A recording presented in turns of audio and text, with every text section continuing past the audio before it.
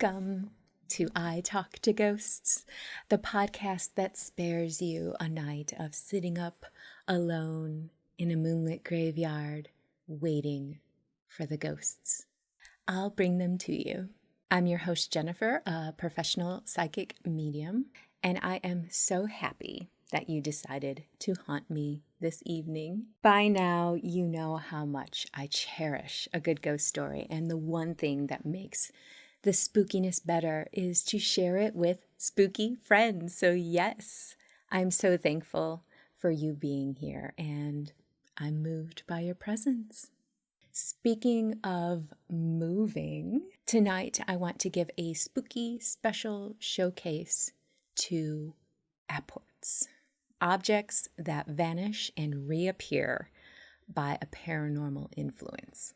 Personally, I think this is one of the creepier aspects of a haunting. It's freaky, right? It defies physics and logic, and quite simply, ghost or not, no one likes it when someone moves your stuff.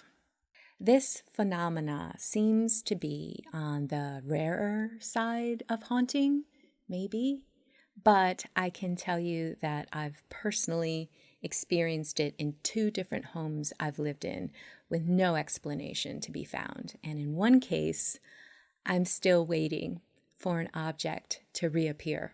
But first, tonight, I'm going to share with you tales that I've discovered in books and online that may move you to shiver and perhaps double check that you're still alone in your house. Are you ready? Let's begin.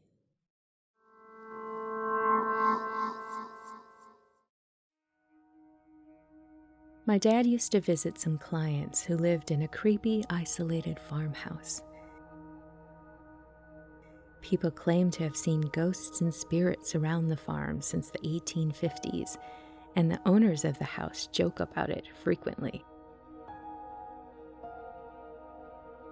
On one visit to his clients, they sat in an empty room around a desk. Now, this room was literally vacant, apart from the desk. No bookshelves, no furniture.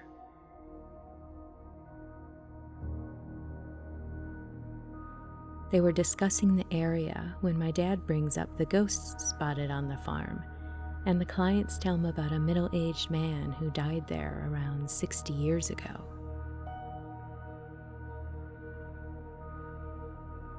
"10 to 20 minutes go on, and they go into more business-related stuff.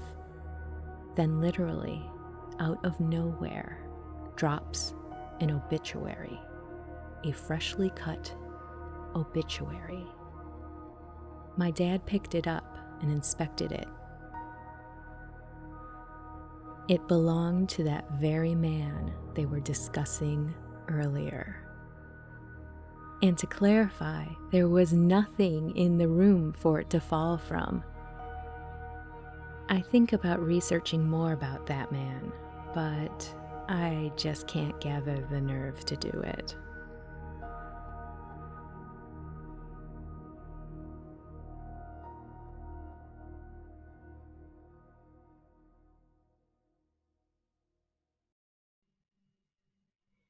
Here's another story for you tonight, dear listener. I am always careful about how and where I place my possessions. I had been on a camping trip with baggage limited to what I needed and what could fit into a small space. A regularly used item that I took with me on that trip was a velveteen pouch containing 25 natural gray runestones, each about 1 inch diameter and a little heavy. I packed the pouch of stones with a few other items in a black nylon zipper bag. On each of the 10 days I was away, I used the stones at least once, carefully returning them to their special pouch and that pouch in the nylon zipper bag each and every time. I was traveling and camping alone in my own tent, and no one in the neighboring tents even knew I had them. In any case, I specifically remembered using them and replacing them in their pouch and the zipper bag minutes before packing everything into my car to return home. Tired by the time I finally got back, I decided to sleep immediately and unpack all my stuff in the morning. I lived alone, so there was no one else to be disturbed by the heap of luggage in the middle of the floor overnight. Come morning, the first thing I wanted was those stones. The black nylon bag was exactly where I had packed it, but the pouch of stones was not in the bag. I couldn't believe it. I opened that zipper all of the way, turned the bag inside out. There was nothing in that bag. Alarmed, I carefully searched every cubic inch of my luggage, returning in disbelief several times to that empty black bag. But my pouch of stones was nowhere to be found. I couldn't understand it. I knew I brought those stones home. It was maddening. I wasn't overlooking anything. I hadn't had time to misplace anything even if I had been careless.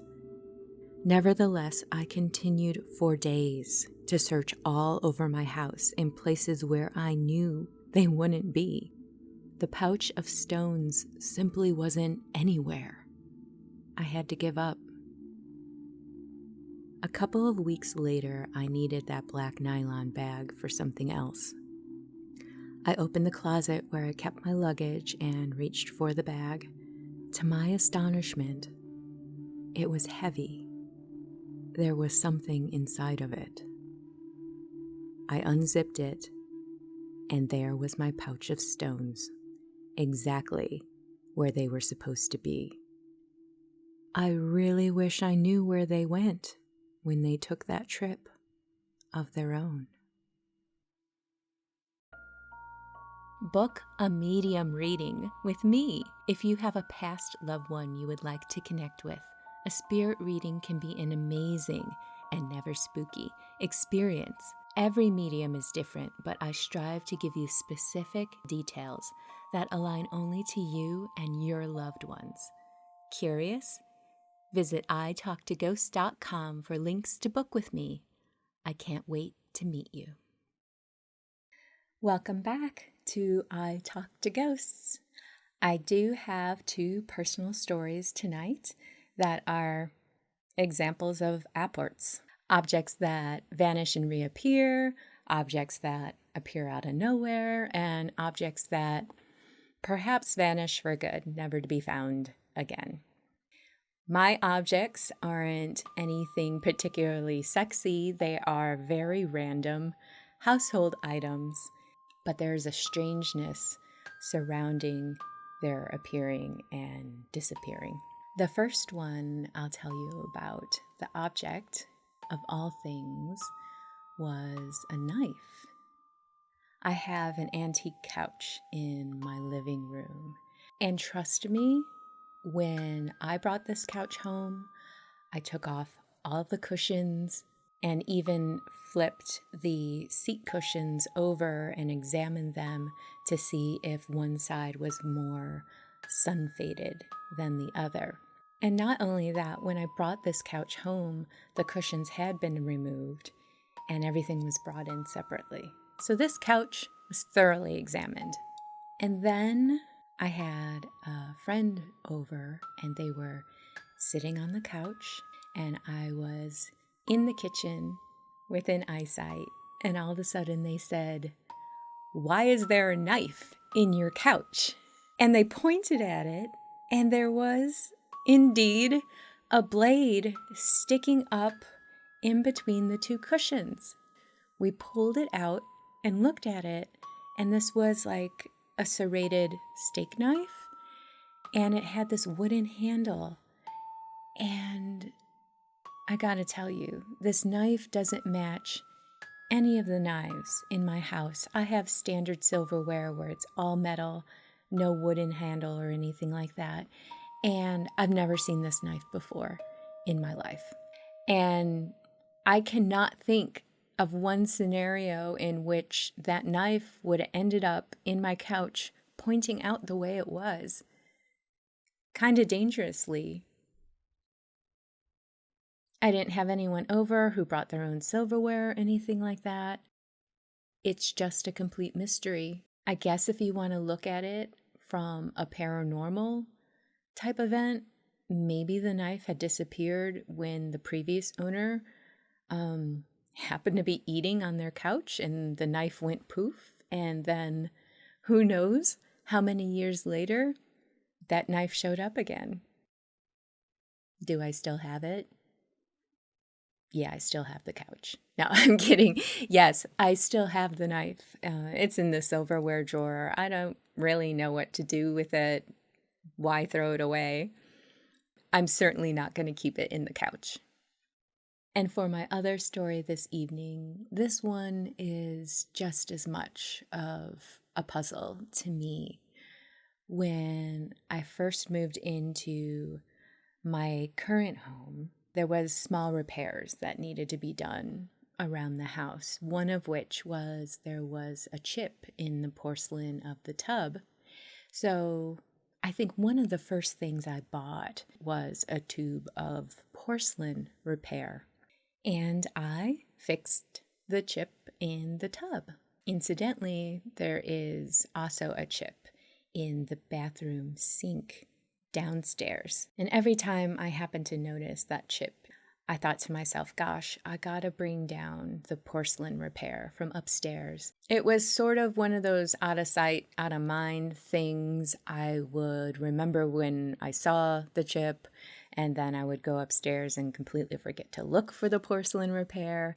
And the repair just never happened. Forward to 2 years later, I'm in the bathroom upstairs and I look and that porcelain repair tube is sitting on the bathroom counter. And that just was very strange. And I asked Maxwell if he had put it there, and he's like, I don't even know what that is. And it creeped me out enough that I took a picture of it, like I always do. I kind of just didn't know what to do about it, and I let it sit there on the counter for, it was probably a day and a half. And then one morning, I went out to run an errand before Maxwell even woke up for the day. And when I came back home, he was still sleeping. And I happened to go into the bathroom, and the porcelain repair tube was gone. And guess what? It has never returned. I have no idea where it went. And of course, I looked through the whole bathroom, all the drawers and everything, and it's just gone. It's just gone. Will this object ever return? I'll let you know if it does.